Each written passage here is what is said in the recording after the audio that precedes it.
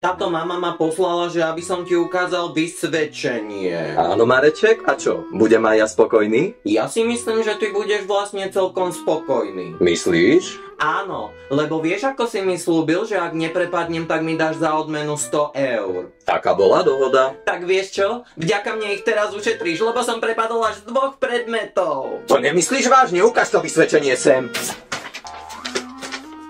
Preboha. A mama ti na to čo povedala? Že sa nemám preto vôbec trápiť, lebo že som asi po tebe. Po mne? Áno, lebo vraj takýto smiešný výkon, ako som predviedol teraz ja v škole, ty predvádzaš pravidelne večer v posteli.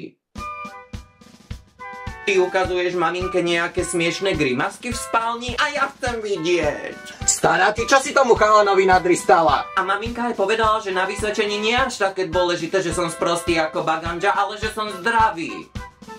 A táto, vy teraz budete s maminkou veľmi bohatí, lebo mi ani nemusíte kupovať nové knižky v septembri, keď opakujem ročník však. Aha. To je najlepšie vysvedčenie toto.